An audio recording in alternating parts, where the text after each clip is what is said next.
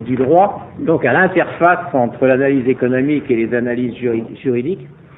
Il a récemment été amené à faire un séminaire au Canada. Et il va nous expliquer comment, au fond, comment le risque, notre sensibilité au risque est aujourd'hui utilisée par certains groupes de pression très particuliers pour, en quelque sorte, nous manipuler. Et son thème, c'est, il a fait tout un modèle pour expliquer la formation des croyances. Et je suis curieux de savoir ce que tu vas nous, et plus précisément, nous expliquer. Ah, je vois donc que tu n'as pas déjà lu le papier. J'ai lu le début, j'ai lu la fin, parce que dans le milieu, il y a plein de mathématiques. Alors tu m'excuseras, je suis comme le lecteur moyen, et je mets ça de côté en me disant un jour je regarderai. Tout à fait.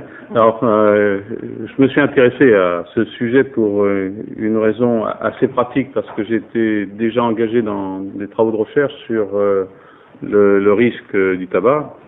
Je suis un non-fumeur, mais bien entendu, j'ai vécu avec un fumeur jusqu'à la fin de sa vie, quasiment. Assez tard, je suis pas mort prématurément.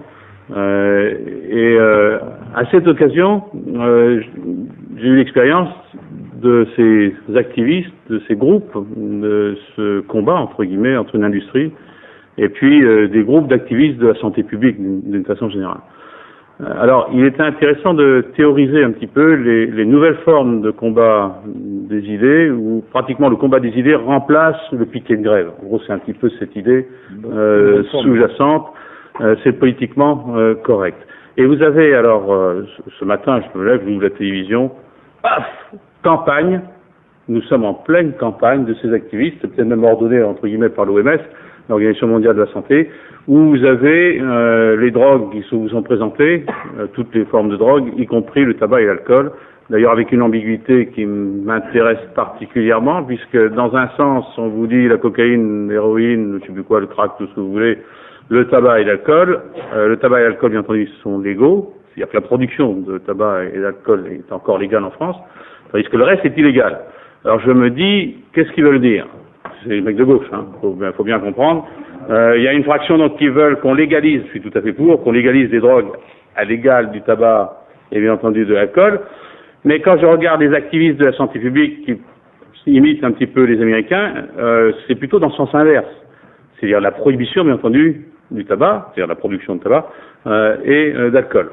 Et vous êtes rentré dans une campagne typique, j'allais dire, de manipulation de l'opinion publique, à des fins, eh bien à des fins par exemple, d'assimiler le tabac à la drogue, c'est-à-dire vous avez eu l'utilisation des mots d'accoutumance. Le journaliste ce matin a dit ah oui, tous ces produits d'accoutumance. C'est-à-dire comme si on était accoutumé à quelque chose, ça nécessitait bien entendu soit une interdiction, soit qu'on intervienne. Moi je suis accoutumé à la voiture, je suis accoutumé à plein de choses, même au sexe, à aucun problème, ils veulent m'interdire.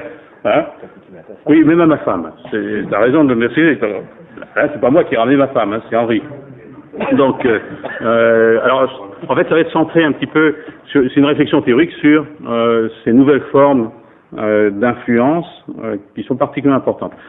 Pourquoi? Bien parce que au lieu d'utiliser le piquet de grève, qui est quand même quelque chose d'assez compliqué, qui est long comme processus pour élaborer une coalition, les grands groupes, on va chercher à les coaliser à travers ce qu'on appelle des cascades d'informations, à travers l'imitation.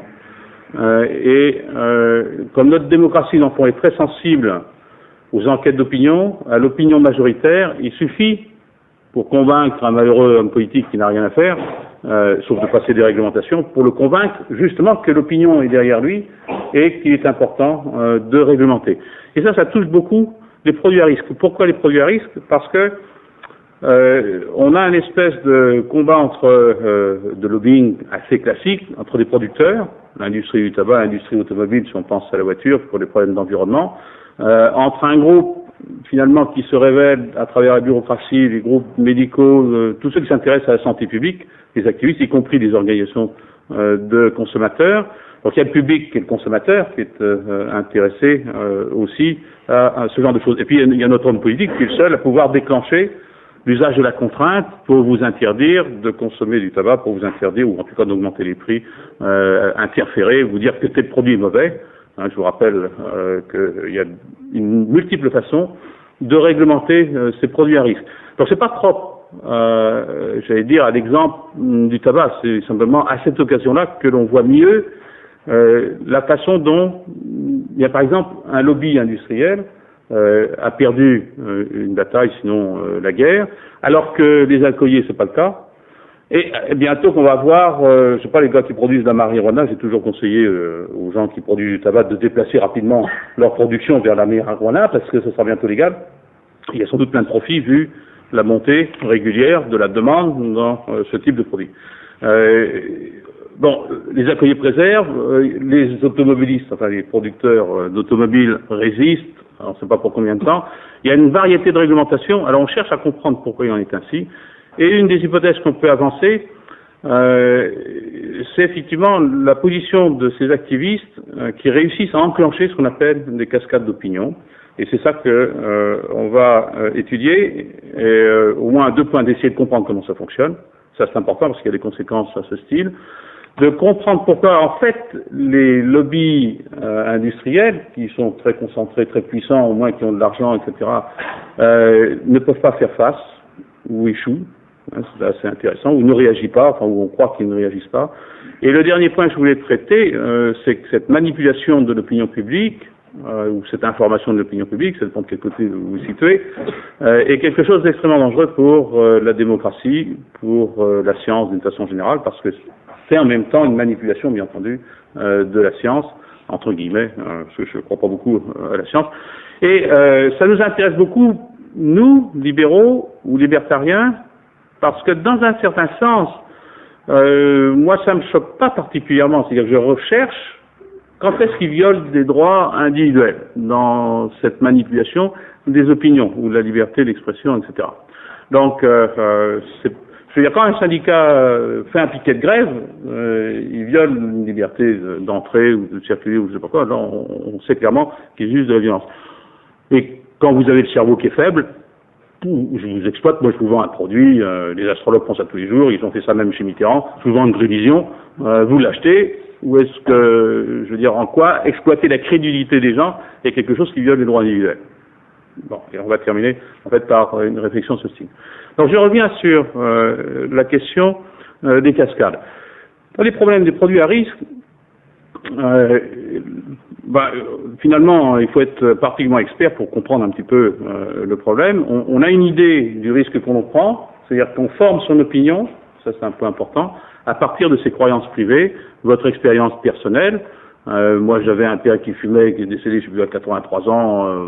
Bon, je suis pas très convaincu qu'effectivement le tabac soit un produit vraiment qui vous fait mourir prématurément. Et pourtant, Dieu sait si on nous amène des gars qui parlent plus, d'autres dont le poumon, hop, il est cassé, ou on en avait une à la télévision, ça c'est important, qui était vraiment dans un état pitoyable. Hein, on était inquiets. Il faut penser que les automobilistes, c'est la même chose. Quand vous avez un accident, je vous emmène, moi, à l'hôpital Poincaré, et vous regardez attentivement tous ceux qui n'ont plus de bras, ils n'ont plus de machin, ils sont sur des roulettes, et puis on voit combien de temps vous allez durer. C'est-à-dire que votre conviction personnelle peut être modifiée à travers, justement, des expériences. Si mon expérience privée dépend, finalement, de cas particuliers de ce style, c'est pas toujours fiable, mais je peux avoir cette croyance. Et c'est pas suffisant. Il est clair que je comprends bien ma croyance privée n'est peut-être pas suffisante pour me former une opinion valable sur est-ce que lorsque je me déplace dans Paris avec ma voiture, je vais à peu près tuer dans l'année 3 ou 4 asthmatiques. Alors 3 ou 4 ça va parce que je tue des mouches, tout ça, plein de choses, beaucoup plus grand nombre. Il n'y a pas de défenseur des mouches, mais 3, 4, 10, 20, 30, 50. Évidemment, si je sais que dans l'année je peux tuer 50 types, à qui j'ai rien fait. C'est pas la même chose peut-être d'un ou pas du tout. Donc, me former une opinion là-dessus, ça va être très difficile. Qu'est-ce que je fais? J'essaie de fortifier mon opinion en regardant ou en regardant l'opinion des autres. L'opinion des autres, c'est quoi? C'est souvent l'opinion de l'expert, des gens plus qualifiés que moi, ou des gens sur qui je copie mon opinion. Et c'est ça qui va être important. C'est-à-dire que dans les processus que l'on observe, vous voyez que les gens ont une croyance privée, les données, c'est la vôtre, elles dépendent de votre expérience personnelle, Mais on va faire parler des experts, où il y a des experts qui vont étudier le problème. L'histoire de Tchernobyl est un exemple. On a entendu notre ministre écolo là, qui a dit il nous faut des enquêtes épidémiologiques pour repérer le nombre de types qui ont la thyroïde. D'ailleurs en France, vous regardez qu'elle se fout complètement, bien entendu, du passage entre l'Ukraine et puis la France. Il y a 1000 kilomètres, et Dieu sait s'il doit y avoir des Tchèques et des machins qui ont la thyroïde eux aussi. Pourquoi pas faire cette enquête et établir plus ou moins scientifiquement la corrélation qui peut exister entre le nuage de Tchernobyl et finalement un cancer ou une maladie de la thyroïde. Alors là, c'est les experts qui sont censés être les mieux placés. Et l'idée de la formation de ces cascades, c'est une théorie, hein, je vous le rappelle. Mettons qu'il y a un groupe d'experts, c'est important que le groupe d'experts s'exprime. Et puis, vous avez des gens qui ont une influence dans l'opinion publique. Alors, j'ai un artiste que j'aime bien, c'est Arditi. Arditi, c'est le type qui est un ancien fumeur repenti. Ça arrive très important, les repentis. Hein. C'est un poids beaucoup plus important qu'on ne le pense. Mais Arditi, il y a beaucoup de gens qui l'aiment. Pas moi, mais quand il joue, je le trouve très bien. Et puis, je l'imite. Mais vous avez aussi le journaliste à la télé. Moi, il s'appelle celui qui a des cheveux... Abri Poivre d'Arvor. Voilà, c'est ça. Alors bon, vous êtes en admiration de Poivre d'Arvor. D'ailleurs, il s'habille différemment, faites attention. Et puis, je peux tout à fait imiter et chercher à m'habiller comme lui, mais aussi avoir confiance dans ses idées. Et la théorie des économistes ici, de se dire, dans le fond, j'observe l'expert, il dit bah oui, fumer, c'est dangereux. Là, mon Arditi et puis mon Poivre d'Arvor qui disent oui, c'est dangereux. Le poids de ces deux groupes me fait réfléchir, et faites attention, je choisis rationnellement, même si ma croyance est tout à fait opposée, de penser comme eux. Pourquoi? Parce que je fais un calcul, meilleur de gain, s'ils ont raison, la valeur de ma vie est bien fait que j'ai intérêt à croire que fumer, par exemple, est risqué. Et à délaisser ma croyance privée. Alors faites attention à ça, c'est intéressant parce que je peux adopter l'opinion des autres, bien entendu, même sachant que c'est pas la mienne. Donc je délaisse ma croyance privée. Et une fois que j'ai délaissé ma croyance privée et que tout le monde est rationnel, parce que c'est une théorie qui repose sur le comportement rationnel des gens, non seulement il y aura une personne comme moi qui croit à Arditi, et puis le médecin, comment il s'appelait ce médecin du tabac, là, je me souviens plus. Ah oui, Orgo, c'est un spécial, lui. Il y en avait un autre, là, enfin peu importe. Je les crois tous les deux, j'abandonne ma croyance privée, mais il y a 10 millions de personnes qui font comme moi. C'est-à-dire qu'il est rationnel maintenant, effectivement, de penser que fumer est risqué, même si c'est contraire à votre croyance privée. Et c'est ça qui nous intéresse, et c'est ça qui enclenche la cascade. C'est-à-dire qu'on va passer de deux petits groupes d'activistes minoritaires, faites attention à ça, à quelque chose qui, c'est pour ça qu'on emploie le mot de cascade, qui fait que 10 millions de personnes ou 30 millions de personnes vont penser la même chose, ou vont exprimer publiquement, faites très attention à ça, il y a une différence, on va revenir dessus, vont exprimer publiquement la même opinion. Donc, on a cette cascade-là. Mais c'est important de faire la différence entre une opinion exprimée publiquement. Pourquoi? Parce que l'homme politique, ce qui l'intéresse, c'est l'opinion publique. L'opinion privée, alors, on le connaît. Ils affichent publiquement, on en connaît même ici, qui sont capables d'afficher publiquement des choses contraires à ce qu'ils pensent. On est capable de les tester sur ce genre de choses. Ce qui importe, c'est l'opinion publique. Dans le plan politique, eh bien, les activistes ont réussi, grâce à cette cascade, ou cette information en cascade, ont réussi à influencer l'homme politique. Pourquoi? Parce que s'il se dit qu'il y a une majorité de gens, 15 millions, 30 millions de personnes qui pensent qu'effectivement fumer risqué, il faut faire et prendre une décision, et on fait une réglementation, parce qu'on pense capter les votes dans ce sens-là. Donc là, on a un mécanisme qui est relativement simple. C'est-à-dire, finalement, avec, c'est même plus compliqué que ça, c'est-à-dire, je dis simple, mais c'est une façon de parler, deux petits groupes d'individus, en fait, il est rationnel d'abandonner sa croyance privée en faveur de cette opinion publique exprimée simultanément par les deux groupes. Le point que ce soit les deux est très important. Si pratiquement 50% plus quelque chose d'infinitésimal du groupe d'experts pensent que fumer est risqué. Si c'est pas ça, c'est exactement l'inverse. Vous avez une cascade, comme on dit, descendante, et les gens ne croient pas du tout que fumer est risqué, et puis ils font ce qu'ils veulent d'une certaine façon. En revanche, quand les deux groupes, et c'est ça qui est important, les deux groupes sont en désaccord, c'est-à-dire que lorsque les experts parlent unanimement, et puis que les journalistes ne sont pas très convaincus, vous n'avez pas la réunion ou l'union des deux opinions publiques affichées par ces deux groupes. Donc votre croyance privée, entre guillemets, ne va pas être abandonnée, puisque d'une certaine manière, il n'y a pas d'accord entre les deux groupes. Cette chose-là est intéressante parce que dans la manipulation, on va voir que les deux groupes clés, experts et journalistes, ou experts et artistes et journalistes, je mets ça dans le même sac, parce que c'est ce qu'on observe dans certains particuliers, il est très important pour eux de faire en sorte que ces gens s'alignent. Parce qu'une fois que vous avez aligné ces deux groupes, le reste va suivre en comptant sur le fait que l'ensemble des gens sont rationnels dans la formation de leurs opinions. Alors, une des premières conclusions qu'on tire, vous voyez qu'on n'a pas besoin d'être très nombreux, activistes minoritaires, on cible bien le groupe des experts, groupe des journalistes, et on attend que la cascade fonctionne. Et vous avez eh bien, des opinions massives, des comportements massifs, cascade montante ou descendante, peu importe, qui s'enclenchent. Il y a une fragilité aussi de ces cascades d'informations. La fragilité vient que je peux insuffler dans le processus une information qui peut aller dans le sens contraire, et dès qu'il y a une information qui va dans le sens contraire de ces deux groupes, je détruis la cascade. Si je mets deux informations successives, je suis en train d'enclencher une autre cascade et renverser l'opinion publique.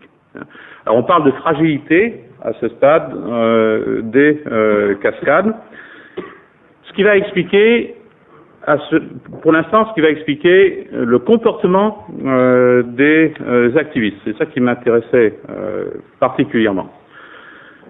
Si je veux modifier l'opinion publique massivement, bon, je sais d'abord qu'il faut que je repère mes deux groupes d'experts et pouvoir les influencer. D'où le lobbying intense qui est exercé par les activistes, par exemple, de la santé publique, auprès des médecins ou des experts qui sont considérés dans le domaine. Si c'est d'autres types de risques, ce sera peut-être d'autres types d'experts.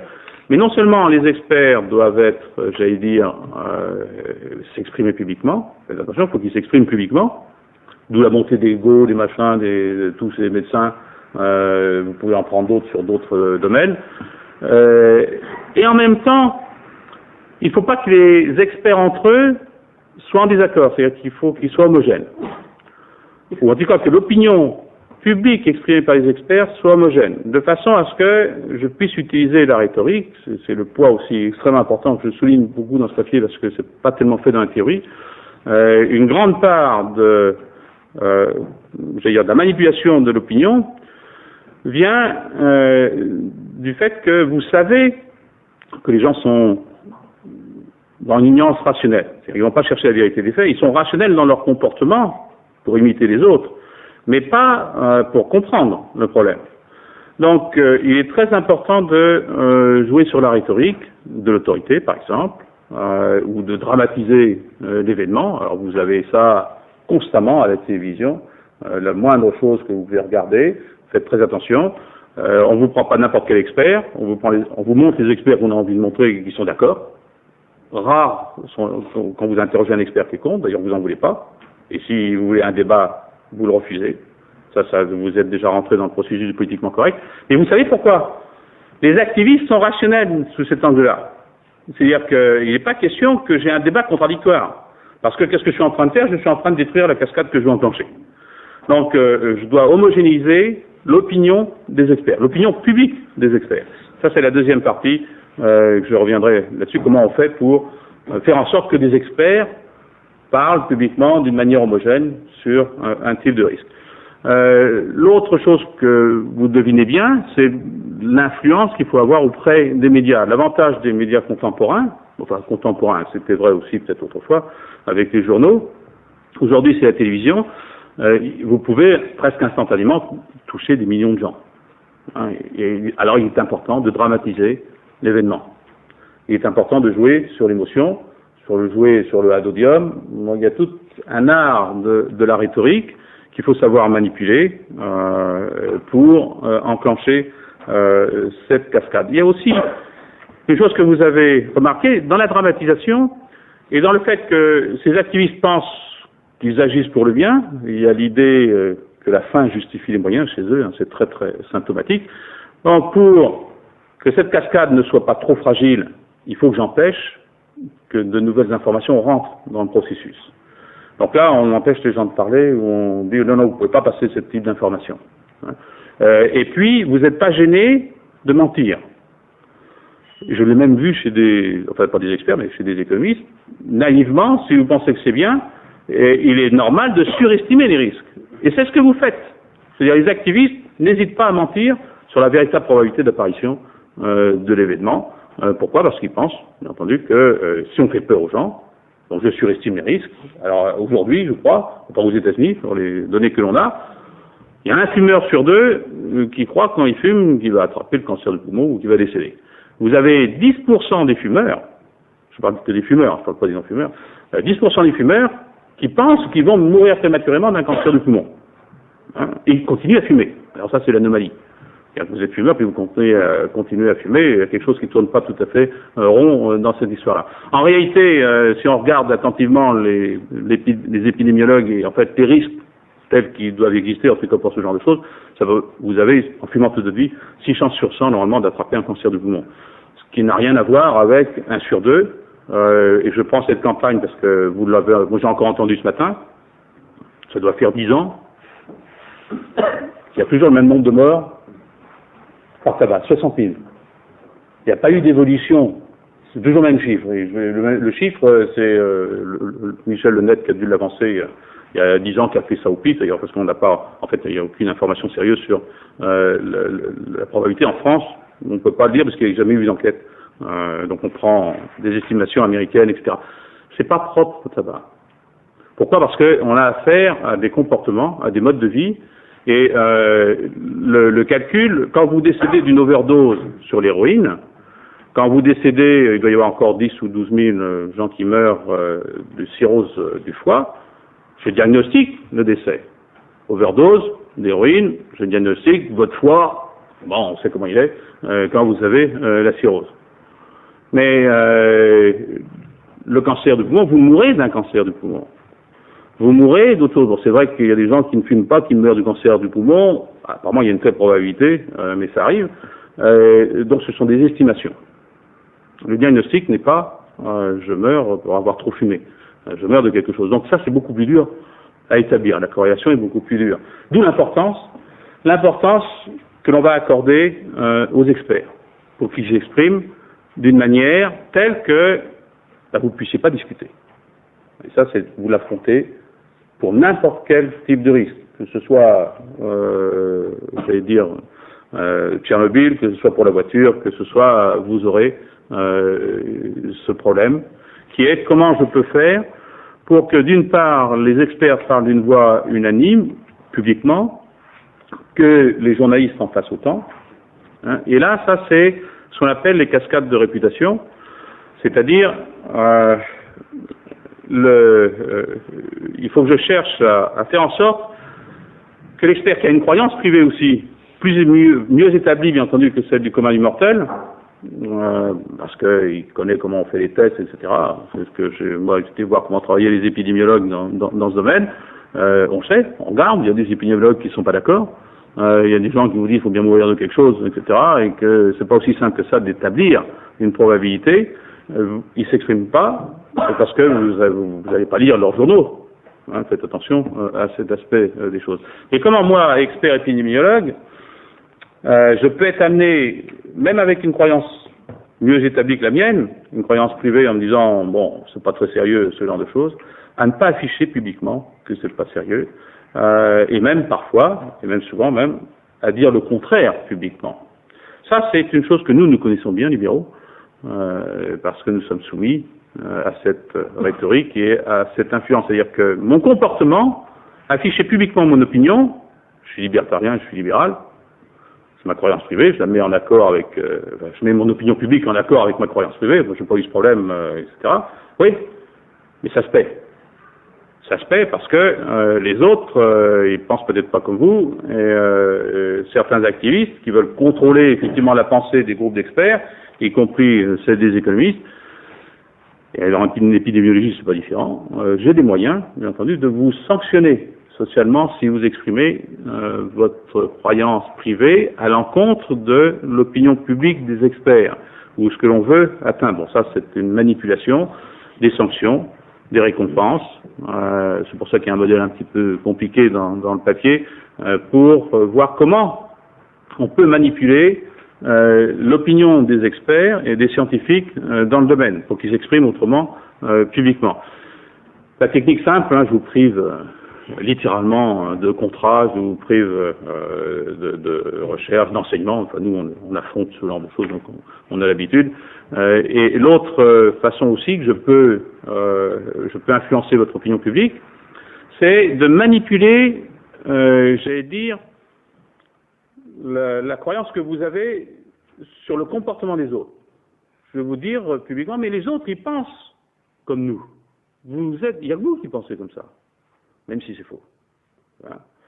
Je manipule la croyance que je peux avoir sur le comportement des autres. Et des petits groupes, qu'est-ce qu'il suffit d'utiliser la télé, les journaux, d'utiliser les moyens dont ils peuvent disposer pour faire croire que l'ensemble des économistes, nous on a cette tendance à penser, ils sont tous socialistes, c'est sans doute pas vrai, mais je peux faire en sorte qu'ayant peur d'être ostracisé, vous commencez à afficher publiquement des opinions qui sont contraires à vos croyances privées. Et une fois que vous avez fait ça, eh bien, vous avez le résultat, et vous avez réussi, puisque l'ensemble des experts parlent de la même manière. Ça s'appelle la pensée unique, ou le politiquement correct.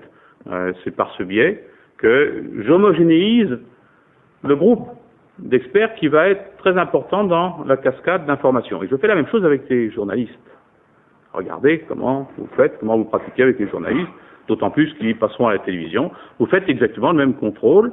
Ensuite, qu'est-ce que vous dites? Vous, experts, si vous voulez passer à la télévision, il faut penser à la même chose.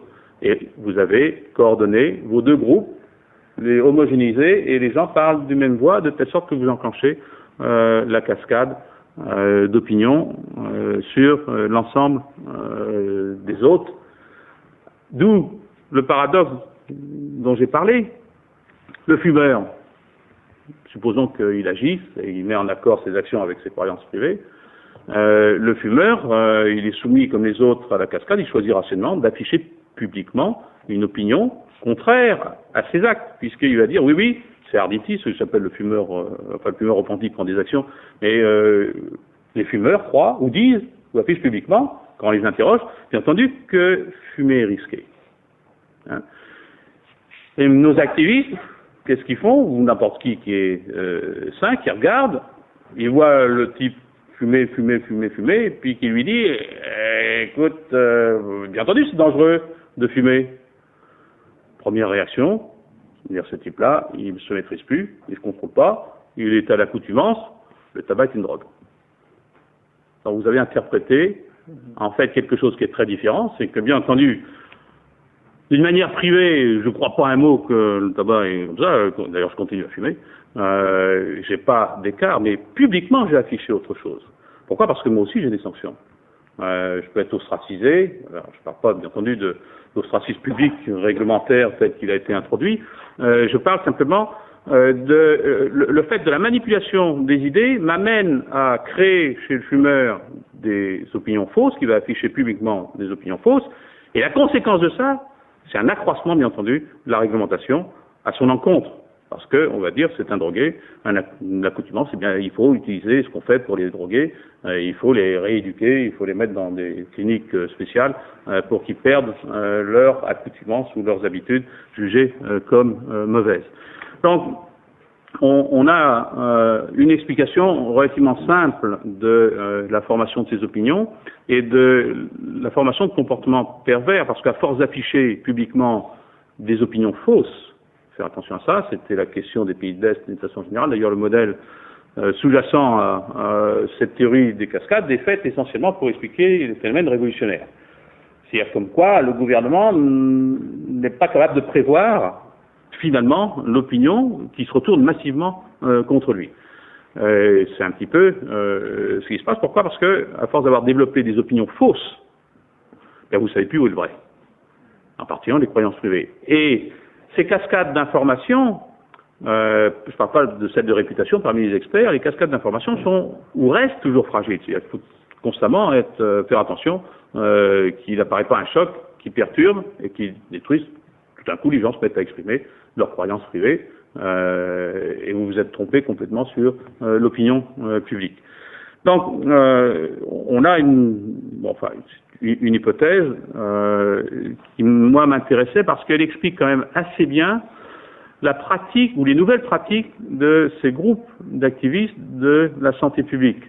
Et elle est intéressante parce que, d'une part, on se dit, pourquoi dans le fond, chez les alcooliers, ça n'a pas trop marché, enfin encore que vous voyez que le tabac, ils sont passés, ok, ils passent maintenant à l'alcool, ils vont passer bien entendu aux automobilistes.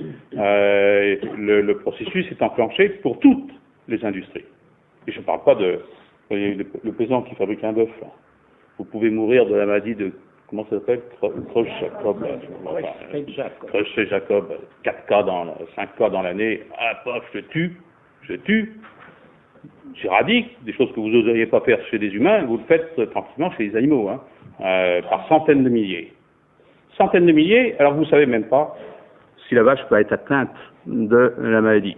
Alors moi je m'en fous, les animaux, je mange du bœuf comme tout le monde, du bœuf américain surtout, avec de l'OGM, tout ça, un truc bon quoi. Mais si vous étiez un défenseur des animaux, vous êtes en train de pratiquer des génocides tranquillement, au nom d'un risque aléatoire qu'on n'a pas bien mesuré, etc. Donc il y a des conséquences qui sont assez amusantes.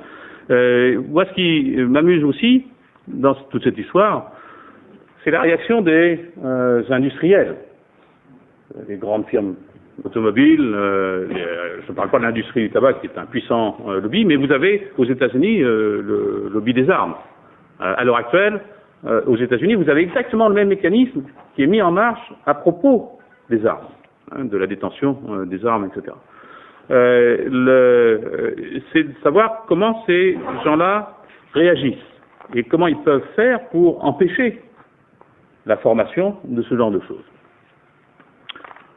Alors, un des arguments qui a été avancé pour expliquer pourquoi ces groupes oligopolistiques qui sont très puissants en termes de lobbying, eux, qu'est-ce qu'ils vont? Ils vont voir le député du coin, ils lui disent combien il faut pour ta campagne. Bon, tant. Bon, alors tu supprimes cette réglementation-là, où les socialistes vont expliquer, en France en tout cas, la différence entre l'industrie du tabac et l'industrie de l'alcool, c'est ce que vous voyez aussi avec la chasse, incidemment, c'est que chez les socialistes, il y a des alcooliers dans le sud, ils financent bien entendu une partie des socialistes. Les tabacs, manque de peau, c'était l'État. Parce qu'il y avait un monopole d'État, donc ça a été difficile d'avoir la défense de l'État, puisque c'était les vins qui étaient censés représenter l'État qui luttaient contre cette consommation. Et les groupes étrangers se foutent complètement, bien entendu, de la production du tabac et de la consommation de tabac en France. Ils se réjouissent simplement qu'on saisit de plus en plus de tabac en douane. Bientôt, ça va dépasser les quotas de drogue qu'on prend régulièrement aux frontières. Vous êtes monté dans la prohibition, vous avez le résultat avec aussi le tabac. Mais les alcooliers se sont défendus et on se dit ils sont plus puissants politiquement que les autres. C'est une explication relativement simple. C'est moins vrai aux États-Unis, justement, où c'est l'inverse, puisque les États-Unis sont des producteurs de tabac, ils ne sont pas des producteurs d'alcool. Ils ont perdu, en fait, aux États-Unis. Donc, le premier argument est que si vous ne faites pas attention, vous, industriels, puissant lobby, vous croyez être puissant, mais la cascade d'information, si elle a démarré, vous ne pouvez plus revenir en arrière. Premier argument. Parce que s'il y a 10 millions de personnes qui croient ça, vous pouvez toujours vous aligner, vous ne pourrez pas changer l'opinion publique, parce que justement, elle se nourrit finalement de cette cascade-là. Donc, quand je suis un industriel et que je soupçonne que je risque d'être soumis à ces attaques des activistes, Il ne faut pas réagir 2 ans après, il faut réagir tout de suite. Il faut percevoir que vous êtes soumis à une attaque de ce style. À ce moment-là, vous allez tout de suite voir les experts. Vous achetez les experts, je sais pas, vous luttez contre ce que font les activistes. Les activistes veulent homogénéiser les experts, je désagrège les experts. Par un expert économiste, épidémiologiste, médecin, tout ce que vous voulez, c'est un prix. Un homme politique a bien un prix, je vois pas pourquoi nous on n'aurait pas un prix. Alors on finance, et clac, on essaie d'avoir des opinions contraires. C'est exactement ce qui se passe, j'imagine, dans l'automobile, ce qui se passe dans les risques environnementaux. C'est-à-dire que du fait de cette manipulation de l'opinion publique, il y a une montée et une pression, bien entendu, sur les scientifiques. Les scientifiques, ils sont honnêtes intellectuellement, mais ils ont une femme à nourrir, ils ont des enfants à nourrir, ils ont des étudiants aussi à nourrir. Alors vous me proposez 4 millions de francs pour que je vous sorte un rapport disant que fumer n'est pas risqué ou avoir une voiture, ça tue personne le long de la route, aucun problème, ou que les vaches sont saines, alors là, je m'en fous complètement, que l'OGM, je vous fais le rapport, le temps que ce soit débattu et tout, ça sera accusé. Vous êtes rentré dans un combat de ce style. Je ne parle pas des journalistes. Bon, journaliste, qu'est-ce que je fais? Je lui paye un voyage aux Antilles. Ça, c'est l'aviation. Sur les risques de la sécurité aérienne. Donc, les journalistes, je l'emmène. Et puis, vous me faites un papier. Et vous avez voyagé en première classe, tranquille. Hein, l'avion a atterri normalement, il n'y a pas eu d'accident, puis je vous explique tranquillement ce que c'est que la sécurité aérienne.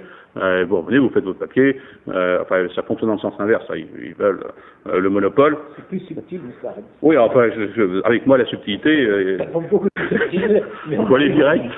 Vous voyez que on va essayer de lutter, soit du côté des médias, soit du côté des experts, pour désagréger et faire en sorte que justement la cascade ne s'enclenche pas. Hein, et c'est ça qui est important.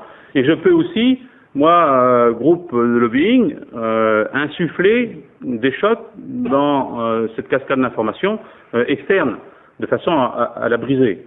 Alors c'est pas difficile ça. Je peux le faire, je regarde les activistes de la santé publique, ça s'achète. Et quand je dis ça s'achète, on surveille attentivement. Alors là, on les corrompt, ou s'ils sont corrompus, on n'hésite pas à mettre ça sur la place publique. Donc vous êtes rentré dans des processus de ce style de guerre, entre guillemets, qui sont assez amusantes. Et on voit que certains groupes industriels peuvent arriver à ne pas enclencher la cascade. Alors l'autre façon de l'empêcher, c'est de prévoir les choses au niveau de la rhétorique. Alors, quand on discute justement entre fumer et puis boire de l'alcool, la drogue d'ailleurs c'est intéressant de discuter avec la cocaïne, hein, faut voir le poids de la rhétorique ici. Vous avez remarqué que ce qui est dangereux dans l'alcool, c'est pas l'alcool. Chaque Français boit 1 litre d'alcool par jour, je sais pas quoi. Autrefois on en buvait 2. Je parle de l'alcool ordinaire, pas de l'alcool dur, etc. Non, c'est l'abus d'alcool. 4 grammes dans le sang. Vous êtes là, bon, ok, sur la route en plus. Alors là, ça c'est dangereux. Mais autrement, non. Mais quand vous fumez, la première cigarette, ça c'est dangereux. C'est ce que vous voyez sur les affiches publicitaires. Hein. La marijuana, aucun problème. Vous fumez la marijuana, je veux dire, quand on vous fait la piqûre au moment de l'accident, vous êtes comme ça. Il n'y a pas 4 grammes d'alcool dans le sang, ça produit pas d'alcool. Hein. Donc, vous voyez, les ambiguïtés, en fait, c'est l'usage de la rhétorique qui peut détruire. Si vous êtes capable de détruire toute la rhétorique des adversaires, entre guillemets, de quelque côté que vous soyez, hein, faites attention à ça, vous enclenchez ou vous détruisez la cascade.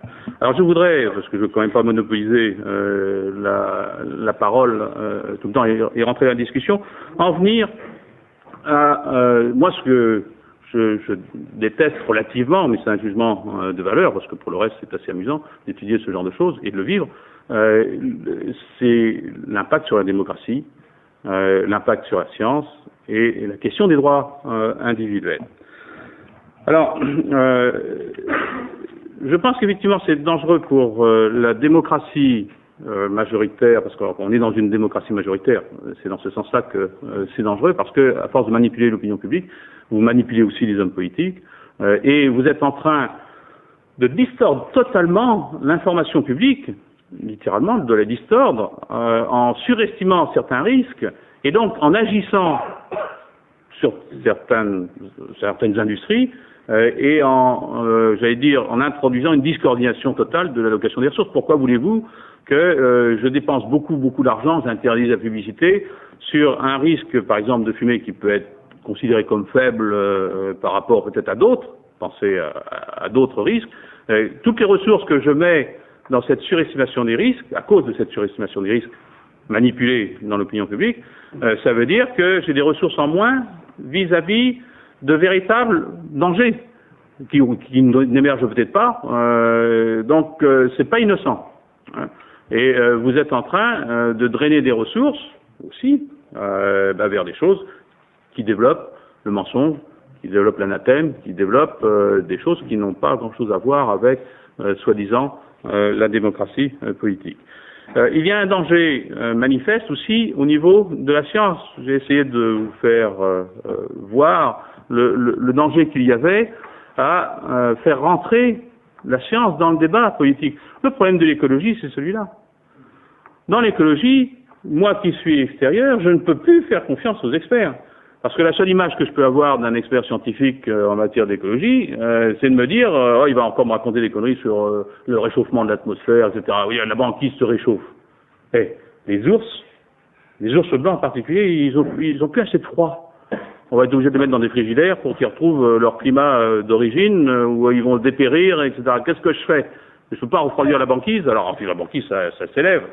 Ça se réchauffe, alors maintenant on va voir la Seine qui va monter. Moi je m'en fous, je suis à Saint-Cloud, je suis dans les hauteurs, la colline, je pourrais prendre enfin mon bateau, ce sera un changement particulier. Les autres, bon, qui sont sous terre ou sous l'eau, j'en sais rien, ça se réchauffe, évidemment si ça se réchauffe, les Suédois ils gagnent. Hein, ou dans la Sibérie, on va pouvoir cultiver des choses qu'on ne pouvait pas cultiver. Bon, on s'y perd dans leur truc, ils surestiment les risques, et quand je regarde un scientifique qui va me parler, y compris d'ailleurs en matière de risque de santé, un épidémiologiste, si c'est pris publiquement, je lui fais plus confiance. Ou je risque de ne plus lui faire confiance. Donc là, j'ai détruit aussi toute une information publique qui peut être utile, bien entendu, pour l'ensemble des gens. Pensez qu'aujourd'hui, la valeur de la vie augmente, on vit plus longtemps, c'est vrai, aux dépens du contribuable. Ça, je reconnais que si on ne dépensait pas autant d'argent publiquement pour financer une vieille grand-mère de 120 ans pour qu'elle survive encore, bon, elle serait peut-être morte avant, ou j'en sais rien, bon, peu importe. Mais c'est vrai qu'il y a une demande croissante d'allongement, d'avoir une meilleure qualité de vie. Meilleure qualité de vie veut dire de ne pas mourir prématurément sous prétexte que j'ai consommé un bœuf américain avec des OGM et puis une manipulation quelconque qui me fait pousser des oreilles ou une thyroïde plus grosse que je ne pensais à partir d'un certain âge. Donc, vous êtes demandeur d'une information publique, mais exacte. Pourquoi? Parce que je veux prendre mes risques et arbitrer normalement. Mes choix, je ne veux pas forcément vivre jusqu'à 120 ans. Heureusement, c'est réservé aux femmes. Nous, on a disparu, et je comprends parce que vu l'état où ils sont, il vaut mieux plus les regarder. Donc, l'idée est que je peux vouloir abréger ma vie. Quand je consomme un produit risqué comme la drogue ou je vais faire de la montagne, je prends des risques, et ça, c'est un problème réel de choix. Donc, je ne veux pas une information qui est manipulée, et je veux pouvoir faire reposer mes choix bien sur une connaissance correcte, ce qui veut dire le mot science. Science veut dire quand même connaissance correcte. Donc là, on est en train de détruire littéralement la science dans ce domaine. Alors nous, économistes, on est plus habitués à ça, parce qu'il n'y a jamais eu d'homogénéité entre les marxistes, des machins, qu'est-ce qu'il y a, des régulationnistes, des néoclassiques. Ouais, il y a longtemps que vous avez cessé de nous demander quelconque expertise, vous demandez à Viviane Forester. Là, vous êtes tranquille. C'est une littéraire. Pas de raisonnement, de la fioriture, votre cerveau risque pas de les détruire d'ailleurs, en l'occurrence, ce qui pourrait être le cas avec nous. Dernier point, quid, effectivement, pour nous libéraux, devant cette manipulation de l'opinion, etc. Alors, évidemment, comme on est déjà en désaccord avec la démocratie d'opinion majoritaire, je précise, On est dans le cas, c'est démocratie libérale que ça s'appelle ici. Donc on a une idée quand même de ce que peut être la démocratie. Démocratie libérale veut dire sans doute qu'on préserve les droits individuels et qu'on n'est pas tout à fait, c'est conçu pour ça, c'est pas conçu pour satisfaire une opinion majoritaire. Donc il y a ces deux conceptions. Mais pour nous, en quoi effectivement des activistes de la santé publique ou des activistes de l'écologie ou des activistes des animaux ou des activistes de tout ce que vous voulez, moi je suis un grand activiste pour la protection des chats, donc en quoi je viole des droits individuels si j'arrive à monter une cascade dans l'opinion publique pour préserver tous les chats. Il y a des associations qui sont pour ça, hein. Je ne suis pas le seul à être activiste sans doute dans ce domaine. Et puis on enclenche pour interdire, bien entendu, à tous les ménages de martyriser leurs chats. On peut faire l'inverse, hein, les pitbulls. On peut vous créer une cascade pour tuer tous les pitbulls. C'est pas difficile d'ailleurs, c'est ce qui se passe. Hein, clairement. Alors, il y a une petite association qui se lève dit on pourrait peut-être défendre le pitbull, parce que le pitbull, après tout, c'est son maître, je sais pas quoi. Enfin, on rigole un petit peu de cette manipulation des idées. En quoi vous avez violé des droits individuels? Là, vous commencez à violer les droits individuels, c'est quand la réglementation va entrer de manière coercitive. Mais si vous me dites, et vous m'amenez d'ailleurs à l'hôpital Poincaré, là, moi automobiliste, vous savez, je suis un réfractaire, moi, un récalcitrant, d'une façon générale, bon, je porte pas toujours ma ceinture, vous m'attrapez avec mon portable, c'est mon portable, là, ce téléphone, à ma maîtresse, je caresse mon étudiant à côté, j'essaie de produire, vous avez vu, j'ai les deux mains prises, hein, et je suis là, j'essaie de circuler avec mes deux mains, il y a le flic qui arrive, pas de ceinture, vous téléphonez, vous caressez le voisin, hey, vous allez créer un accident, c'est pas possible, venez avec moi, Raymond Poincaré, je vous emmène. Alors, il commence à violer les droits individuels, c'est vrai, mais il me montre des photos, des types amputés, handicapés dans tous les coins, qui ont perdu un œil, 3 bras, et poussés par un noir, là, parce que le pauvre, c'est le seul métier qu'il a trouvé. Bon, alors vous dites, ça y est, plus de portable, vous vous occupez plus de votre étudiant, vous mettez votre ceinture. Bon, sous cet angle-là, l'information vous le montrez, vous n'avez pas violé les droits individuels. Évidemment, moi, je suis un tel récalcitrant, je me fends la gueule, ça c'est vrai. Et je rappelle à l'individu qu'il ferait mieux de protéger mes droits individuels au lieu de les violer, etc. Mais dans le fond, en tant que libéral, simplement, je constate qu'il y a des gens qui ont le cerveau qui est fragile. On le sait, puisqu'il y a beaucoup de socialistes. Donc, je n'ai aucune raison. J'ai aucune raison, j'allais dire, d'interférer. Vous avez tout à fait le droit de créer une cascade d'opinion, au sens où, si à la télévision, vous voyez mon Patrick Poivre d'Arfort dire qu'il ne faut plus porter de cravate, et tout le monde oublie, puis personne ne porte de cravate, et que les filles, vous rigolez, mais j'ai entendu ça à Canal+, il paraît que c'est dans les attributions du maire, d'interdire les gens de faire ceci, faire cela, et ben je vous dis, interdit aux hommes de porter un pantalon. La Poivre d'Arvor d'ailleurs il vient sans pantalon et tout le monde l'imite. On va au bureau sans pantalon. Bon. Oui, ça changerait un petit peu. Ça dépend des mœurs, parce que le problème est que je sais pas qui va s'intéresser au fait que je porte pas de pantalon. L'idée ici est que je recherche dans l'information, dans la diffusion d'informations, qu'est-ce qui peut violer des droits individuels. Or, on a une réponse quand même à ce genre de choses, parce que finalement, même quand je diffame quelqu'un, j'exprime des mensonges. Est-ce que je viole un droit de propriété? Est-ce que sa réputation lui appartient? On a déjà toute une technique, une compréhension du rôle de la diffamation et du droit de propriété, de la liberté d'expression. La seule chose que l'on va reconnaître, c'est que si je suis diffamé, je n'ai rien à dire parce que je ferais mieux de me taire de ce côté-là, mais j'ai déjà été diffamé et puis j'ai vraiment utilisé la coercition pour me défendre. C'est pas à mon honneur. Sous cet angle-là, parce que si j'étais un vrai libertarien, j'aurais dû user d'autres moyens, si j'en avais eu la possibilité, si j'avais pu répondre, par exemple, à la diffamation à la télévision. Ben, vous répondez. Vous, à information, vous rajoutez une information, vous essayez de faire comprendre aux gens qu'ils ont tort. C'est-à-dire, vous essayez de modifier aussi la compréhension des phénomènes. Donc c'est un combat des idées, mais ça on sait faire. Pourquoi? Parce qu'à ce moment-là, ça veut dire que le marché de l'information, la liberté d'expression doit être accordée à tous, et je dois pouvoir rentrer librement sur ce marché. Donc la critique qu'on va avoir essentielle, ici c'est le monopole de l'information. C'est le fait que certains groupes peuvent, à travers des médias, ou même à travers la science, parce que la recherche publique dans ce domaine, c'est le problème qui est soulevé. Hein, c'est que les Français ont la détestable habitude de penser que sous prétexte que c'est public, c'est bon. Sous prétexte que c'est privé, c'est mauvais. C'est-à-dire quand je viens faire un sondage pour vous vendre une paire de chaussettes ou de câbles, pourquoi vous venez chez moi, vous dites voilà, il faut de tels renseignements, etc. Alors vous dites ah salaud, c'est un renseignement, il veut me vendre des saloperies ou je sais pas quoi. Vous refusez de répondre. Il y a le recenseur qui vient. Mais votre voici de répondre à votre place. Là, c'est pour vous dire, les Français ont une longue tradition de collaboration. Il ne faut pas l'oublier. Parce qu'ils pensent que c'est bon. Alors que c'est l'inverse. Parce que mon recenseur, il va utiliser la coercition, il va faire le mal. Tandis que je peux refuser d'acheter des chaussettes ou d'acheter des câbles, même si on vient me recenser pour me demander mon opinion, etc. Donc il y a une inversion très souvent des choses. Donc ce qui est important, c'est qu'il y ait une liberté d'accès à l'information pour rétablir ou pour reproduire des informations correctes. Alors là, il y a une discussion entre, par exemple, les gens qui s'intéressent à ça.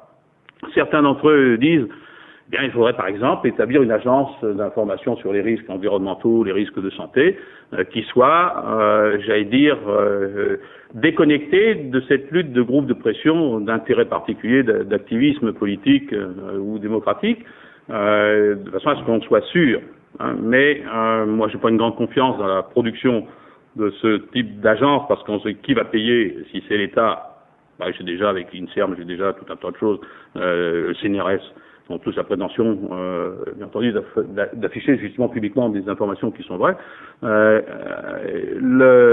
L'idée était aussi de mettre ça sur Internet. Ils avaient cette idée pour que tout le monde puisse accéder facilement à cette information.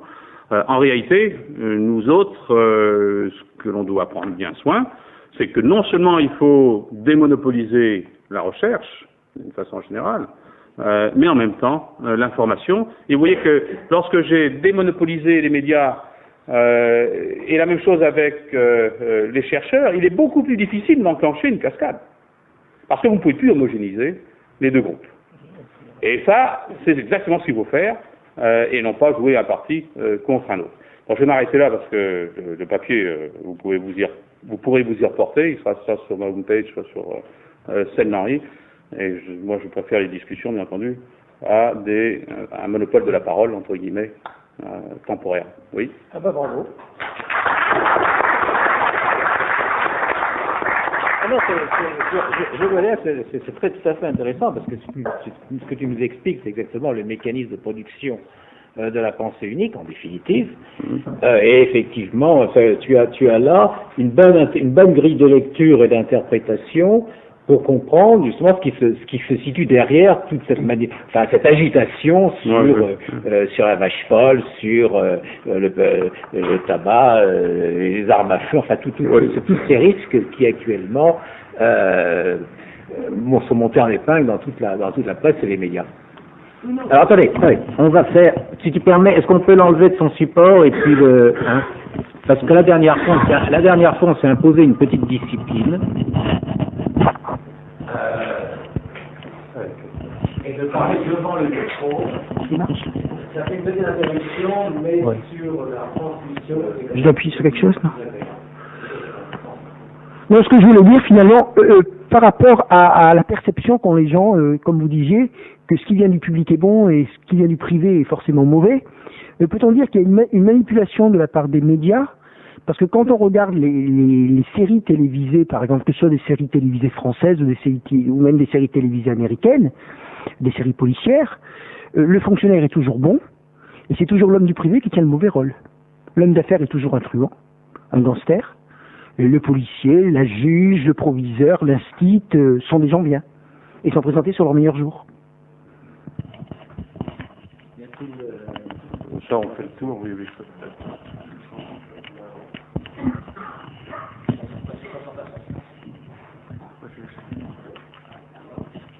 Oui. Il y a une chose qui m'a. Oui. Il y a une chose qui m'a un petit peu surprise, c'est que vous n'ayez pas du tout parlé du budget de communication, parce que j'ai plutôt l'impression que convaincre d'une idée, c'est un petit peu comme convaincre. C'est une démarche de marketing qui me semble relativement classique. que vous avez exprimées de manière très circonstanciée dans le domaine de la politique et de la sociologie. Mais on pourrait aussi le considérer d'une manière purement comme le marketing qui nécessite un certain budget. Or, ce budget vient d'où? Ce budget vient de l'État qui subventionne des associations. Je pense pas, je ne les connais pas, mais je pense pas qu'on puisse acheter réellement un activiste. Par contre, on peut donner de l'argent à quelqu'un. On peut parfois faire basculer très légèrement quelqu'un, mais je pense que c'est plus facile de donner de l'argent à quelqu'un qui va penser que il faut interdire de fouetter les chats. Et on lui donne beaucoup d'argent pour se faire savoir, pour se faire connaître et pour faire connaître son idée. Donc j'ai l'impression que tout se ramène un petit peu à un budget de communication et que ce budget il est direct ou indirect, c'est-à-dire que l'État subventionne beaucoup de journaux directement ou indirectement pour faire passer des idées et avec le genre de contraintes que vous avez expliqué. Moi, je suis très souvent d'accord avec le Ménissier, mais là je suis un peu embêté parce que c'est vrai que j'arrive pas du tout à te suivre sur beaucoup de points. Par exemple, on parle d'information, manipulation. Est-ce que toute information est une manipulation? Existe-t-il des informations? En gros, si c'est vrai que le fumet donne le cancer du poumon, comment le dire? Est-ce qu'on va pas dire à partir d'aujourd'hui que c'est forcément une manipulation? Il y a bien des informations qui sont vraies, donc il faut bien trouver un moyen de les faire passer. Donc toute information n'est pas une manipulation, d'abord. Ensuite, tu as souvent parlé donc d'opinion, de croyance et de science. Il y a quand même une différence fondamentale, d'ailleurs qui va avec l'expert. L'expert, normalement, ne professe pas une opinion ni une croyance. Moi, je suis d'accord avec Cavana qui dit « je ne crois pas ». Quand on me dit si vous croyez pas en Dieu ou si vous ne croyez pas en Allah, vous croyez bien en quelque chose. Non, il ne croit pas parce qu'il n'a pas cette démarche. C'est-à-dire que même s'il se laisse aller quand il déconne avec ses amis en disant moi je crois que ceci, moi je crois que cela, c'est vrai que quand on a une démarche consciente, Cavana comme moi-même, comme normalement l'expert, il dit pas je crois. Il dit je propose un raisonnement, la conclusion du raisonnement est celle-ci, mais comme c'est de la science, ce raisonnement est à votre disposition. Donc vous reprenez, tout le monde a la possibilité de reprendre ce raisonnement au début. Tout le monde a la possibilité de reprendre ce raisonnement au début, et l'expert, en fait, c'est pour ça que l'expert, en fait, c'est pas comme Arditi. L'expert, il est anonyme. L'expert ne fait que proposer un raisonnement scientifique. Normalement, on se base pas sur le nom de l'expert. Tandis que un leader d'opinion, comme tu as cité Arditi, lui, il va pas s'adresser à la même partie du cerveau. Il va s'adresser, en fait, à la partie droite, c'est-à-dire la partie sensible, donc il fait du sentiment. Et en quelque sorte, la personne qui écoute Arditi, elle va en fait recevoir un message comme la publicité. La publicité s'adresse au sens, donc au sentiment, et elle va pas développer de raisonnements qui sont trop longs. Donc il y a quand même toute une forme, il y a différentes manières de s'adresser à l'opinion. Et c'est pour ça que quand tu dis information, l'information n'existe pas. Il y a différentes sortes d'informations. Il y a des informations scientifiques qui sont prouvables et des informations qui sont souvent subliminales et qui s'adressent au sens et au sentiment. Et celles-ci ne sont pas contrôlées pareil. Voilà, donc pour moi, alors pour reprendre ce qu'on dit sur le fumeur, moi je suis pas fumeur. Je suis vraiment très content qu'il y ait une loi qui interdise de fumer parce que et je dirais même que je vais me réjouir que le tabac donne le cancer parce que sinon on n'aurait jamais fait de loi. Et comme moi j'aime pas qu'on fume en ma présence pour différentes choses, par exemple je suis bien content que ma femme ait arrêté de fumer parce qu'elle sent moins mauvais. Quand je suis très content qu'il soit interdit de fumer aussi dans les lieux publics et ici en particulier. Parce que si on voulait respecter la liberté individuelle à ce moment-là, on serait embêté par la fumée des autres. Donc, c'est vrai que le libéralisme, en fait, il parle pour beaucoup de choses, mais il y a des endroits où il s'arrête. Je dirais qu'il y a des moments où on se dit, bon, on est dans, même qu'à la porte de ma maison, si moi je veux mettre un vase à tel endroit, je ne sors pas une théorie libérale là-dessus. Je dirais qu'on est bien obligé de s'arranger entre nous. De la même manière qu'on s'arrange dans une famille, entre amis, on s'arrange aussi dans une société. Et donc on est bien obligé de faire des lois. Et donc la question c'est, dans le libéralisme, est-il interdit d'interdire ou bien est-ce qu'on a encore le droit d'interdire pour certaines choses? Je vais essayer de répondre par vous parce que après je vous dis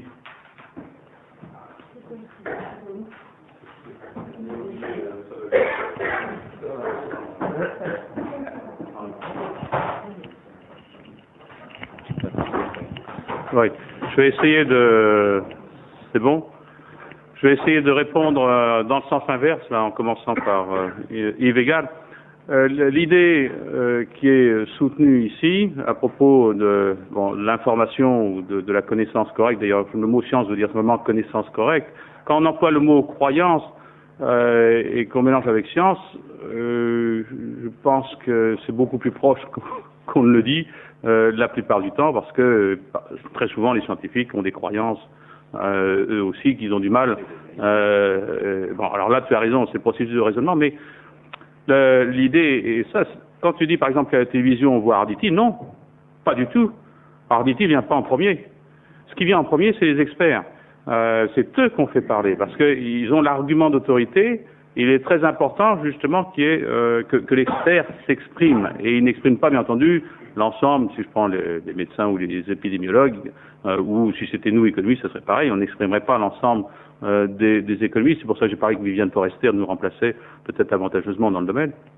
L'idée est que ça rentre dans la manipulation des idées. Alors je n'ai pas parlé de la façon dont les activistes émergent, hein, c'est un point qui est plus d'ailleurs l'autre intervention. En revanche, bon, que tu n'aimes pas la fumée, bien entendu, mais moi quand je rentre dans un salon de thé, j'aime mieux vous dire que les parfums, j'ai du mal, j'en ressors. Alors il n'y a aucun problème puisque je suis pas obligé, alors, quand ma femme veut aller dans un salon de thé, je prends sur moi. Je ressors, je sens mauvais. Enfin, je veux dire, mes vêtements sentent le parfum. Et tu as raison de mentionner qu'aujourd'hui, si je rentre dans un fumoir, c'est pareil. Mes vêtements sentent la fumée. Hein, les enfants, je sais ce qu'il en est.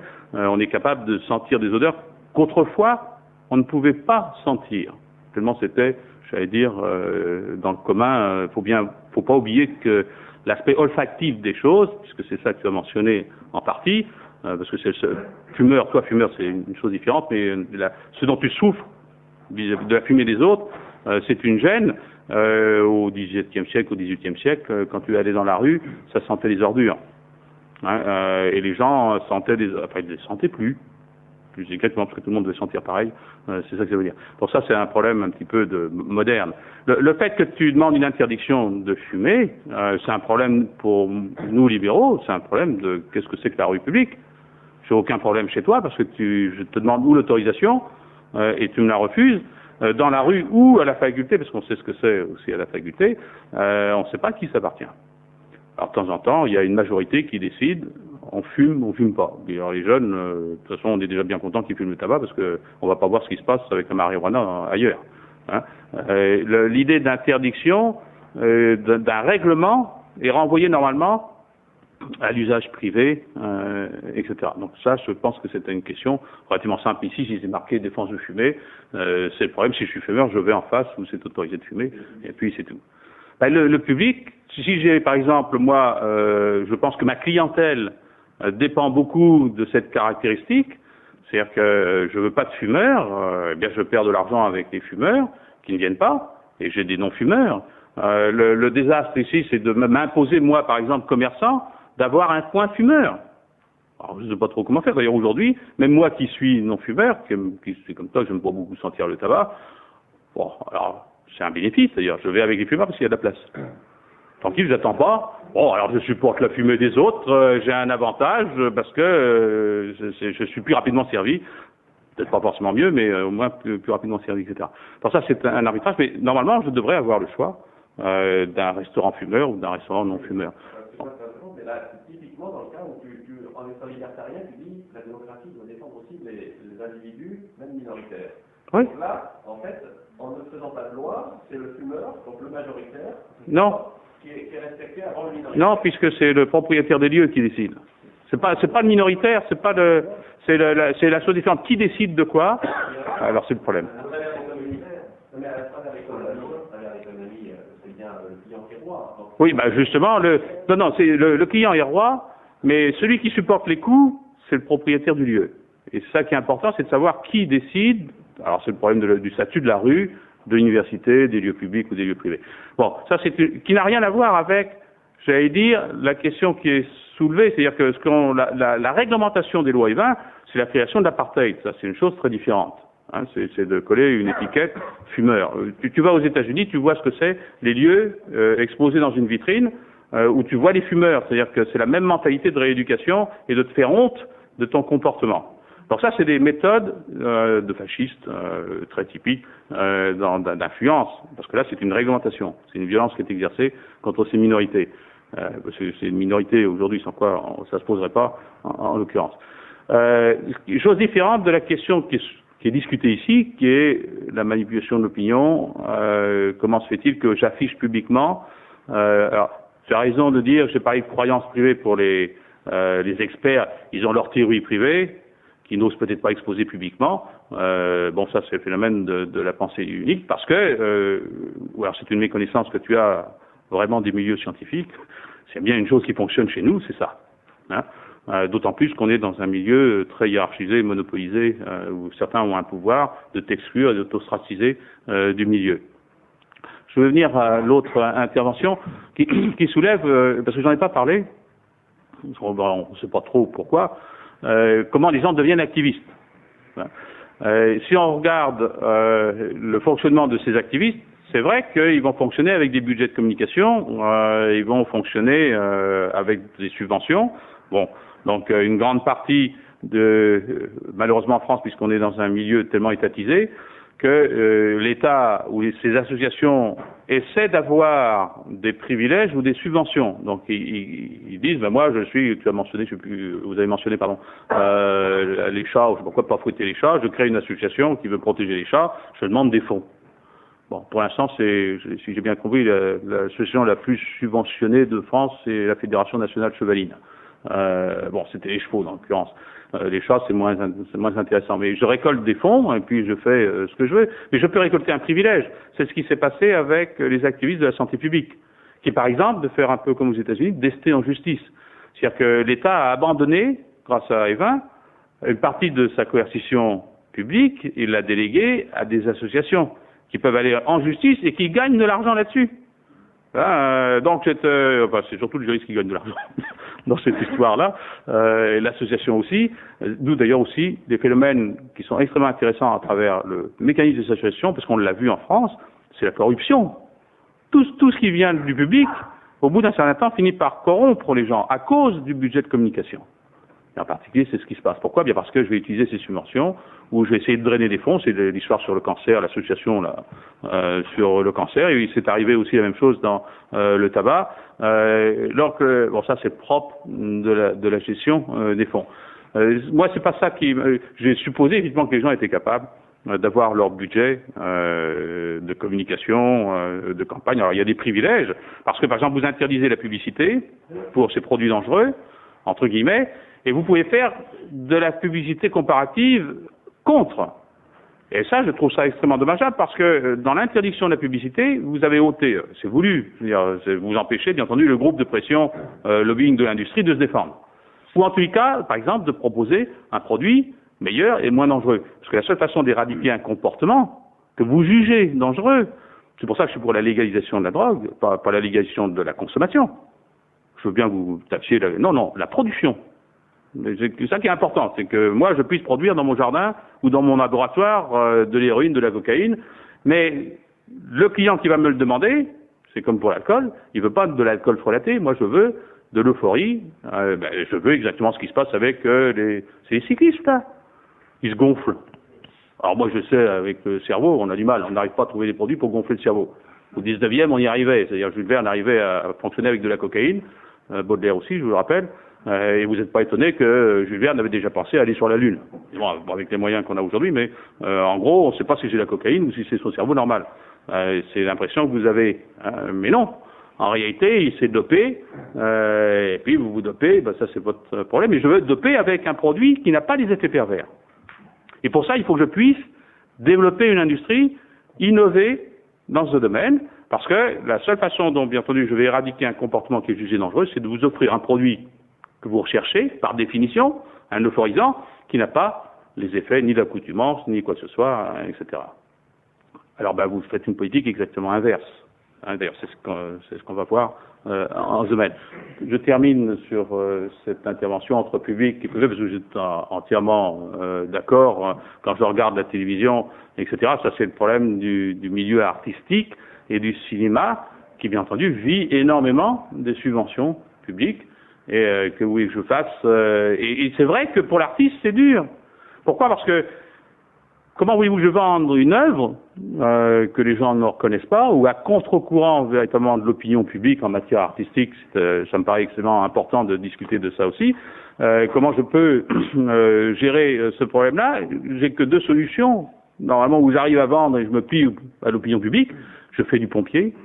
Au XIXe siècle, limite la photographie, bon, on va être éliminé, enfin les pompiers vont être éliminés par le photographe qui fait mieux, ou je fais de l'art abstrait, je vends pas, ou du pointillisme, je vends pas au début, ça va être difficile, où je vis ce qu'on appelle, vous vivez aux dépens de quelqu'un qui est un amateur éclairé, qui est prêt à dépenser des millions pour acheter votre produit ou vous faire vivre.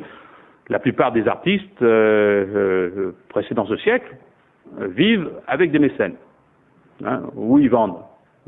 Aujourd'hui, ils vivent des subventions, en grande partie, de l'État. Bon, ce qui fait que ils ont une opinion peut-être un peu biaisée vis-à-vis, bien entendu, de l'entrepreneur privé. Oui, mais justement, par exemple, même les séries qui viennent de Hollywood, alors là c'est entièrement privé, c'est pas subventionné par l'État.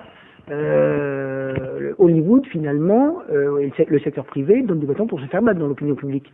Parce que toutes les séries réalisées par le secteur privé démontrent que, ont tendance à montrer que le fonctionnaire est bon, que l'homme du privé est mauvais.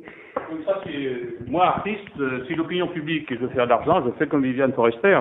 Je paie mes dettes en vendant à 350 000 exemplaires un livre qui dit comment une étrange dictature ou l'horreur économique. Et les gens achètent ça. Bon, c'est bien. C'est-à-dire qu'ils aient le cerveau un peu plus détruit par Viviane Forester. D'ailleurs, ils ne peuvent pas l'avoir plus détruit qu'elle. Bon, peut-être un dernier mot, puis on s'arrête ensuite. Non, c'est un tout petit mot pour compléter ce qui a été dit. C'est le dernier livre de Jean-François Revel, La Grande Parade, analyse un petit peu cette chose-là. Ensuite, ce que je voudrais faire comme différence, c'est que c'est vrai que le comportement de l'artiste et le comportement d'Hollywood, c'est pas le même. Hollywood, il a un comportement marketing. Il regarde ce qui se vend. Et d'ailleurs, j'ai lu la critique très rapide là, en arrivant du film dont on parle depuis ce matin avec Julia Roberts. C'est typiquement ça. Donc, on prend une société privée qui est un très méchant et contre laquelle une pauvre fille se bat. Mais ça, s'il faut remonter plus loin, d'abord, c'est vrai que donc Hollywood prend quelque chose qui existe, prend une opinion qui existe. Alors c'est vrai que cette opinion, elle a été forgée notamment au XIXe siècle, puisque on pense que à la fin du XIXe siècle, une grande majorité de l'opinion, si ce n'est une très grande majorité de l'opinion, pensait que le capitalisme était mauvais. Et par la suite, pas aux États-Unis peut-être. Toujours est-il que ce qui est intéressant, ce qui serait peut-être intéressant, c'est d'analyser pourquoi ça s'est fait comme ça, pourquoi il y a eu ce travail. Moi je crois que ce travail c'est pas fait par hasard. Je pense que je dirais que ça s'est basé déjà sur des opinions qui dataient encore d'avant. C'est-à-dire c'est peut-être quelque chose qui est inhérent à l'espèce humaine. Chaque fois, en gros, la société vit, l'homme vit en société depuis qu'il est singe, parce que donc pour ça il faut à la fois qu'il ait une attirance pour les autres, mais en même temps, à cette époque-là, c'est forgé aussi une méfiance vis-à-vis de l'autre. Donc et peut-être que depuis que l'homme est homme, comment? Bon. Peut-être. Toujours est-il que peut-être que depuis que l'homme est homme, il a appris à se méfier de l'autre. Donc, à partir du moment, et comme l'homme pour raisonner a besoin d'idées simples, il a l'idée simple que l'autre, le privé, il faut s'en méfier parce qu'il va exercer un pouvoir sur lui, et que le public, si on dit que le public c'est l'intérêt général, à ce moment-là, c'est le bon. Donc moi je crois qu'il faut aller dans les méandres du cerveau, et on trouve peut-être des idées qui datent de Mathusalem. Bon, un dernier mot. Juste sur l'information, s'il est vrai que le tabac provoque le cancer, comment le dire sans qu'il soit de manipulation? Il a mentionné ici avec l'information correcte, parce qu'on a une idée, il suffit que vous alliez, vous creusez la net à lire tous les articles publiés en épidémiologie à partir des enquêtes et à regarder attentivement comment sont fabriqués les faits. Le problème du tabac, c'est que ce sont des estimations qui cumulent deux choses, c'est-à-dire une fraction étiologique, c'est un pourcentage de fumeurs, et on va essayer d'attribuer un certain nombre de décès par cancer au tabac. Alors on arrive au chiffre de 80, 90, bon ça c'est une variété d'estimation. Seulement, c'est ça le problème. C'est-à-dire que pour vous forger une opinion, entre guillemets, correcte, hein, si vous n'êtes pas un expert ou si vous n'êtes pas capable de lire un article scientifique dans ce domaine, j'attends de voir. Même moi qui suis habitué, j'ai passé 2 ou 3 mois à essayer de comprendre comment ils faisaient leurs estimations. Et c'est parce que ça coûte du temps et que ça vous est difficile de vous forger une opinion correcte, au sens de la science, d'avoir une bonne estimation de la probabilité, que vous vous reportez sur des gens qui sont censés mieux connaître que vous. Et c'est là où commence la manipulation, c'est quand les experts eux-mêmes sont amenés à afficher parfois de fausses opinions en ce domaine. Et là c'est simple, puisque pour ce cas particulier, il y a des choses qui devraient vous faire tilter dans votre cerveau. Parce que le journaliste, aujourd'hui, il a encore parlé de 60 000 décès. Ça a été attribué, on attribue, mais vous savez comment le calcul a été fait? Vous êtes capable de me dire comment il est fait, ce calcul? Et vous acceptez les 60 000 parce que, on vous le dit à la télévision. Mais ça fait 10 ou 15 ans qu'on vous dit le même chiffre. Donc, normalement, il aurait dû y avoir une évolution. Parce que chaque mort, vous savez que chaque année, il meurt 500 000 personnes, 500 000, et ça baisse chaque année. Faites attention à ça aussi. Hein. Il y a le nombre de cancers monte. Alors, ils en sont arrivés à ne plus compter les cancers à partir de 75 ans. Parce que là, on dit quand même c'est plus un décès prématuré. Donc, alors on regarde les décès entre 40 et puis 65 ans. Et là, on se dit, bon, ok, je regarde les probabilités aussi, vous les connaissez pas. Donc, vous faites comme tout le monde. Moi, j'ai passé beaucoup de temps, j'ai beaucoup de mes collègues économistes qui croient dur comme fer, que bien entendu, le tabac tue, la voiture tue, la vache tue, mon chien tue, je sais pas quoi, mais enfin, c'est vrai que ça nous est difficile, parce que nous sommes rationnellement ignorants, ça nous est difficile de nous forger une opinion correcte sur tous les risques. Tu veux dire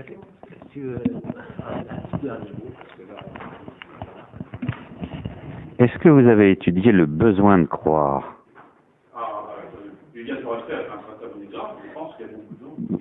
Vous avez cité ou quelqu'un a cité Jean-François Revel. Il y a un chiffre qui avait été analysé par Revel, c'était les 50 millions de morts de faim par an. Je ne sais pas si vous aviez lu ça. C'était très intéressant. Il démontrait qu'il n'y avait pas 50 millions de morts chaque année, ou alors tous les morts étaient morts de faim, ou quelque chose comme ça. Mais ça avait été repris systématiquement, reproduit, et sans aucune analyse, sans aucune critique. La connaissance inutile. Oui, mais ça, c'est l'art de la rhétorique. C'est pas dramatiser l'événement, etc. Donc, le chiffre gros, quand vous relisez le rapport de l'OMS, qui date de quelques années, où on essaie de faire une estimation de la mortalité par tabac sur l'ensemble du monde, il est écrit texto au début, il faut aux journalistes. Ils le disent, je veux dire, c'est noir sur blanc, pour bien faire passer le message, il faut que vous disiez, il y a un fumeur, enfin un mort par tabac chaque jour, je sais plus combien, donc des chiffres, qui apparaissent extravagants, parce qu'il n'y a aucun support derrière, mais quand vous allez relire le rapport, j'attends de voir quels sont ceux qui vont rentrer dedans, parce que c'est pas des estimations simples qui sont faites. Ok, le besoin de croire, c'était justement à propos de cette analyse sur les morts de faim, etc. Personne ne va chercher à comprendre car il y a un besoin de croire. Évidemment, c'est là-dessus que vous jouez, sur l'émotion, sur le fait qu'il y a encore des gens qui croient à l'astrologie. Je veux dire, vous interviewez même mes étudiantes, et une étudiante sur 2 qui croit que, bien entendu, naître sous le signe de telle chose, c'est bon ou c'est mauvais, qu'elle va se marier ou qu'elle va pas se marier. Il y a encore plein de gens qui regardent le signe de la balance, parce que je vais faire aujourd'hui. Même Mitterrand. Pourtant, Dieu sait s'il savait ce qu'il allait faire. Bien, écoutez, merci. Vraiment, je crois que là, on va s'arrêter. Merci infiniment. Je crois que c'est tout à fait crucial tout ce que tu nous as expliqué. La semaine prochaine, alors, on a Georges Gallet-Monod, que vous avez entendu lorsqu'on a fait la réunion à l'Assemblée nationale. Georges Gallet-Monod est intervenu. Il reviendra nous reparler des retraites par capitalisation pour nous commenter une étude qu'il vient de faire avec des simulations. C'est un sujet sur lequel on reviendra un peu plus tard, parce qu'on l'avait demandé. Et puis, bien écoutez, bon 1er mai. À la semaine prochaine.